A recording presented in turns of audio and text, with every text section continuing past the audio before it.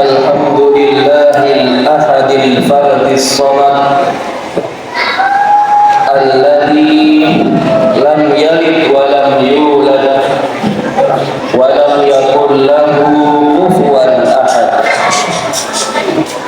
اللهم صل وسلم على نور الأنوار وسر الأسرار وترياق الأغيار ومفتاح باب اليسار سيدنا محمد المختار وآله الأطهار وأصحابه الأخيار عدد نعم الله وأفضاله.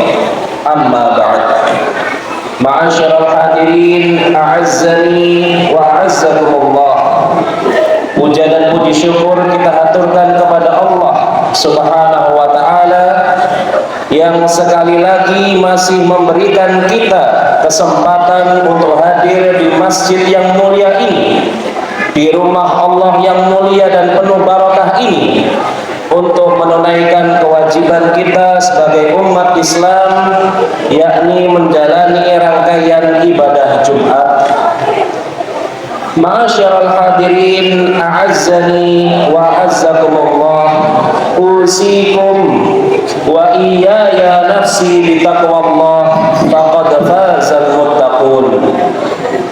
Selaku khatib, tak lupa kami wasiatkan kepada diri kami pribadi dan kepada para hadirin sekalian untuk selalu meningkatkan takwa kepada Allah Subhanahu wa ta'ala dengan sebenar-benarnya takwa. Ya ayyuhalladzina amanu taqullaha haqqa tuqatih wa la tamutunna illa wa antum muslimun. Ma'asyiral hadirin, a'azzani wa a'azzakumullah. Hari ini sudah lebih 1 bulan telah terjadi konflik bersenjata yang sangat dahsyat di tanah suci Palestina, di sekitar Masjidil Aqsa. Dan baru-baru ini, beberapa hari yang lalu, kita mendengar seruan dari Majelis Ulama Indonesia untuk melakukan apa yang disebut dengan muqatta'ah atau boikot terhadap beberapa produk yang sehari-hari kita gunakan yang terindikasi mendukung penjajahan Zionis Israel atau terafiliasi mendukung perbuatan-perbuatan keji yang dilakukan oleh bangsa yang terkutuk ini. Ma'asyiral hadirin, a'azzani wa a'azzakumullah. Tentu sebagai umat Islam, sebagai umat muslim yang mengikuti panduan dari para nabi dan para ulama, merupakan sebuah kewajiban bagi kita untuk menyambut seruan dari Majelis Ulama Indonesia ini untuk melakukan muqatta'ah atau boikot semampu kita terhadap komoditas-komoditas atau produk-produk yang mendukung penjajahan negara Israel atas negeri Palestina. Tentunya kita tidak ingin uang-uang kita, rizki-rizki kita yang kita dapat dengan jalan yang halal itu pada akhirnya bermuara kepada tindakan-tindakan keji yang justru menimpakan kesengsaraan, kematian kepada saudara-saudara muslim kita yang hidup di tanah Palestina. Ma'asyiral hadirin, a'azzani wa a'azzakumullah. Seruan muqatta'ah atau boikot ini sebenarnya sudah sering kali digaungkan, baik sebelum terjadinya konflik ini ataupun setelah terjadi konflik baru-baru ini. Akan tetapi, ma'asyiral hadirin, kita lihat ternyata efek dari boikot atau muqatta'ah ini belum memberikan efek jera yang signifikan kepada negara Israel dan pendukungnya ini. Mengapa demikian? Apa yang menyebabkan misalkan kita sudah tidak membeli lagi, sudah tidak menggunakan produk-produk seperti McDonald dan lain sebagainya itu, ternyata kok mereka masih begitu kuat? Jawabannya adalah karena, ma'asyiral hadirin, pada faktanya, kenyataannya, sebagian besar produk-produk itu tidak hanya masalah makanan atau produk-produk kecantikan saja, akan tetapi produk-produk Yahudi ini sudah meliputi hampir seluruh aspek kehidupan kita. Dan bahkan seakan-akan kita yang lebih butuh produk-produk Yahudi ini daripada orang Yahudi butuh kepada kita. Mari kita buktikan. Siapa yang menciptakan Microsoft? Siapa pemilik WhatsApp? Siapa pemilik Facebook? Siapa pemilik Instagram? Telekomunikasi. Siapa yang mendirikan pabrik-pabrik yang memproduksi mobil-mobil yang sangat bagus, yang kita banggakan? Itu adalah negara-negara yang mendukung penjajahan Zionis Israel. Ma'asyiral hadirin, fakta yang sangat pahit, ternyata sampai saat ini urat hajat hidup kita sebagai umat Islam itu yang menghasilkan produknya itu masih orang-orang yang mendukung penjajahan yang terjadi di bumi Palestina. Sebuah fakta yang miris, sebuah fakta yang tidak bisa dihindarkan, yang tidak mampu kita melawannya sekarang ini. Akan tetapi melalui mimbar Jumat ini, ma'asyiral hadirin, mari bersama-sama kita percikkan semangat bahwa meskipun saat ini kita belum mampu melakukan boikot 100% terhadap produk-produk yang mendukung penjajahan itu, kita telah memilih untuk bersikap semampu kita, tapi tidak boleh berhenti di situ. Harus ada usaha-usaha yang lebih dari dalam diri kita untuk melakukan suatu perubahan dalam diri umat Islam ini agar mereka bisa mandiri dan tidak lagi bergantung terhadap produk-produk buatan negara-negara atau pihak-pihak yang melanggengkan penjajahan atas bumi Palestina. Ma'asyiral hadirin, a'azzani wa a'azzakumullah. Baru-baru ini juga OKI, Organisasi Kerjasama Islam, sebuah organisasi besar yang menghimpun negara-negara yang mayoritas penduduknya adalah umat Islam. Mereka berkumpul di Riyadh, Arab Saudi untuk membicarakan bagaimana ini kondisi terbaru di Palestina begini sangat memprihatinkan. Dan di dalam perkumpulan itu, pihak-pihak yang terlibat dalam perkumpulan itu mengeluarkan kecaman, kutukan, ketidaksetujuan, tapi sangat disayangkan belum berhasil membuahkan satu tindakan yang nyata. Ada satu usulan untuk mengembargo atau memboikot Israel dan Amerika dari minyak, kekayaan yang merupakan komoditas inti dari Timur Tengah. Akan tetapi faktanya negara-negara Arab sendiri mereka berselisih. Tidak semuanya kompak untuk memboikot Israel dan Amerika terhadap komoditas minyak ini. Padahal kita tahu kalau minyak diembargo, tentunya mesin-mesin perang milik negara-negara Zionis Israel itu tidak akan bisa melakukan apa-apa. Inilah fakta yang pahit, tapi harus kita sampaikan, harus kita ingatkan kepada anggota umat ini, kepada anak-anak Islam sejak dini, bahwa fakta pahit ini tidak boleh diteruskan. Umat Islam harus mandiri, umat Islam harus memproduksi komoditas-komoditas yang merupakan urat dari perjalanan kehidupan di dunia modern ini. umat Islam harus bersatu dan tidak boleh terpecah belah. Ma'asyiral hadirin, a'azzani wa a'azzakumullah. Dulu saat negara Israel ini baru berdiri, ada seorang jenderal Israel bernama Moshe Dayan. Ketika mereka mendirikan negara ini, jenderal ini mempresentasikan bagaimana strategi mengalahkan orang-orang Arab, bagaimana strategi mengalahkan mayoritas Islam yang tinggal di Timur Tengah. Setelah mempresentasikan strateginya itu, ada orang Yahudi lain yang bertanya, "Bapak Moshe, apakah tidak bahaya ketika Bapak menjelaskan strategi ini secara terbuka?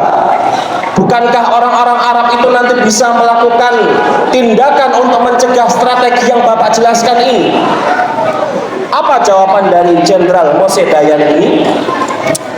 "Saya tidak takut dengan orang Islam, saya tidak takut dengan orang Arab, karena mereka itu tidak bisa membaca. Kalaupun mereka membaca, mereka tidak paham. Kalaupun mereka paham, mereka tidak bisa bertindak, enggan mengambil suatu tindakan yang nyata. Kalaupun mereka ada yang berani mengambil tindakan yang nyata, maka mereka bertindak tanpa perencanaan. Kalaupun pada akhirnya mereka merencanakan sesuatu, mereka gampang dipecah belah. Apa yang harus ditakutkan dari bangsa yang jumlahnya banyak tapi tidak bisa memanage dirinya sendiri seperti itu?" Ma'asyiral hadirin, bukankah pernyataan ini rasa-rasanya masih relevan sampai hari ini? Umat Islam masih tidak kompak, bahkan negara-negara Arab tidak kompak mengambil satu sikap terhadap negara Zionis Israel ini. Dan kita juga nyatanya masih tergantung banyak sekali produk-produk yang tidak bisa tergantikan kalau kita ingin memboikot secara total. Ma'asyiral hadirin, a'azzani wa a'azzakumullah. Boikot adalah salah satu cara yang sangat efektif, benar-benar bisa meruntuhkan ekonomi dari suatu negara, khususnya negara Israel ini. Akan tetapi tentunya jika dilakukan secara total. Masalahnya adalah kita hidup ini masih belum bisa melakukan boikot secara total. Coba kita analisa. Kita boikot McDonald. Apakah setiap hari kita makan McDonald? Tidak. Yang setiap hari kita pakai itu WhatsApp, Facebook, yang pendirinya adalah Mark Zuckerberg, yang dia secara terang-terangan adalah Zionis, mendukung Israel dan mengatakan orang-orang Palestina itu tidak berhak tinggal di situ. Mereka adalah setan. Tetapi kita tidak bisa lepas dari WhatsApp, Facebook, Instagram, dan lain sebagainya. Maka melalui mimbar yang mulia ini, mari kita percikkan semangat. Hei anak-anak Islam, hei pembesar-pembesar Islam, bangkitlah.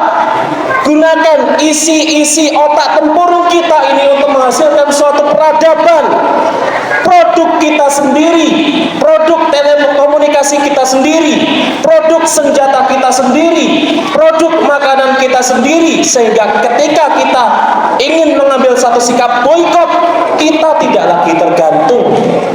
Dan ma'asyiral muslimin, itu hanya bisa diwujudkan kalau kita kembali ke firman Allah Subhanahu wa taala yang pertama kali diturunkan kepada Nabi Muhammad sallallahu alaihi wasallam. A'udzubillahi minasyaitonir rajim. Bismillahirrahmanirrahim. Iqra bismi rabbikal ladzi khalaq. Khalaqal insana min 'alaq. Iqra wa rabbukal akram alladzi 'allama bil qalam 'allamal insana ma lam ya'lam.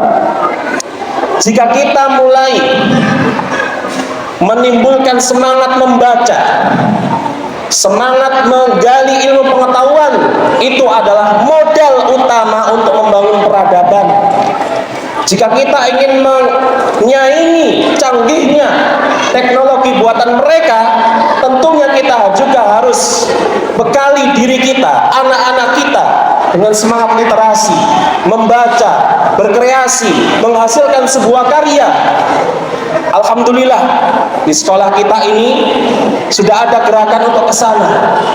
Ketika berbagai proyek dilaksanakan dengan orientasi produk, dilatih sejak dini supaya anak-anak Islam ini menghasilkan sesuatu yang bermanfaat agar mereka tidak ketergantungan dengan produk dari luar, produk yang diproduksi oleh orang-orang yang mendukung negara Zionis Israel. Tapi tidak cukup di sekolah kita saja. Masih banyak sekolah-sekolah yang lain yang mempelajari sesuatu hanya untuk nilai, mempelajari sesuatu hanya untuk bisa lolos menjadi pegawai, mempelajari sesuatu hanya untuk bisa bekerja dengan UMR, kemudian pulang kredit rumah, hidup dengan tenang tanpa mempedulikan umatnya. Masyarul hadirin, a'azzani wa a'azzakumullah. Negara kecil Zionis Israel ini bukan negara yang direncanakan kemarin sore. Keinginan mendirikan negara Israel itu sudah ratusan tahun dipersiapkan. Dan Allah itu maha adil. Ada sunnatullah, ada hukum Allah. Kalau kamu berbuat sesuatu dengan perencanaan yang mantap, yang kuat, yang rapi, kamu akan mendapatkan hasilnya. Sebaliknya, jika kita tidak ada azam yang kuat dalam diri kita untuk melawan, masih tidak bersatu, masih tergantung pada pihak lain, kapan kita akan membebaskan Masjidil Aqsa? Kapan kita bisa sholat dengan bebas di Masjidil Aqsa? Dan tentunya Masjidil Aqsa, ma'asyiral muslimin, hanya akan layak dibebaskan oleh anak-anak kaum muslimin yang mandiri, yang pikirannya merdeka. Oleh karena itu, ada satu semboyan yang biasanya dipopulerkan oleh teman-teman pergerakan yang menyuarakan kemerdekaan Palestina. Liberation of mind before liberation of land. Pikirannya harus merdeka dulu sebelum memerdekakan tanah. Pikiran kita harus merdeka dari ketergantungan terhadap produk-produk asing, produk-produk pendukung Zionis Israel, sebelum kita bisa membebaskan tanah Palestina dari cengkeraman mereka. Barakallahu li wa lakum fil Qur'anil azim wa nafa'ani wa iyyakum bima fihi minal ayati wadh dzikril hakim wa taqabbal minni wa minkum tilawatahu innahu huwal ghafurur rahim.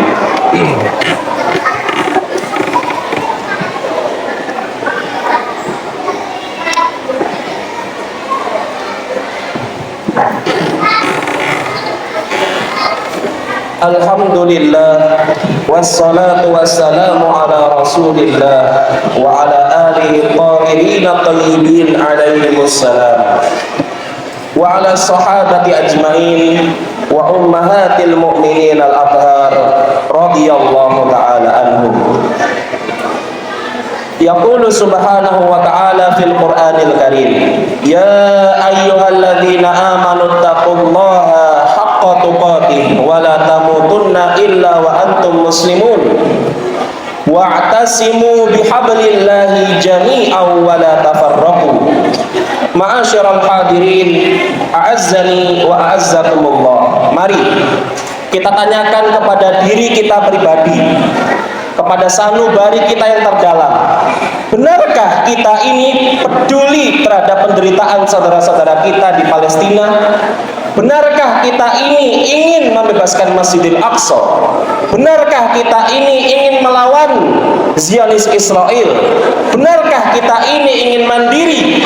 Kalau jawabannya iya, mari kita kembali ke firman Allah yang tadi, Iqra.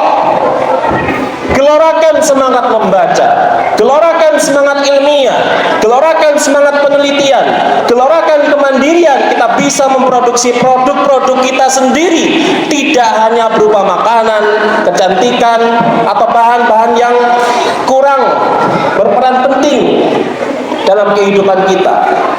Kita ingin memproduksi alat-alat telekomunikasi sendiri, sehingga kita tidak tergantung lagi dengan produk-produk yang diproduksi oleh mereka. Kita ingin memproduksi alat-alat perang sendiri, sehingga tidak perlu beli kepada negara-negara yang mendukung mereka. Caranya bagaimana? Caranya, modalnya adalah isi dari tempurung kepala kita. Karunia Allah yang diberikan kepada semua manusia, tinggal kita mau atau tidak memaksimalkannya. Tinggal kita mau atau tidak mendidik anak-anak kita untuk menemukan jati diri mereka sesuai minat bakat mereka, agar bisa menghasilkan produk-produk peradaban yang menuntun umat ini pada sebuah kejayaan. Itulah mengapa di sekolah kita selalu disebutkan kita ingin membangun peradaban. Kita tidak hanya membuat sekolah, tapi kita membangun peradaban di sini. Caranya adalah dengan memaksimalkan pendidikan agar anak-anak ini mandiri, mampu memproduksi barang-barang yang berkaitan dengan kehidupan yang bermanfaat bagi umat ini sendiri, sehingga lepas dari ketergantungan. Sehingga apabila datang suatu kondisi yang mewajibkan kita seperti saat ini untuk memboikot secara total, membunuh anak-anak kecil, membunuh saudara-saudara kita di Palestina, kita bisa bergerak dengan bebas.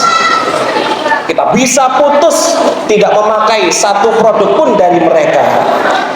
Ma'asyiral hadirin, a'azzani wa a'azzakumullah. Meski pahit, kenyataan ini harus kita terima saat ini. Dan Allah itu Maha Adil. Terkadang suatu umat itu diberikan kejayaan, terkadang umat itu diberikan suatu kondisi yang memprihatinkan. Yang membedakan adalah kita sebagai umat itu mau menjawab atau tidak kondisi yang memprihatinkan ini dengan tetap bersantai-santai ria seperti ini, ataukah kita memulai sebuah gerakan membangun kembali peradaban Islam dan tidak lagi terlena dengan nostalgia masa lalu.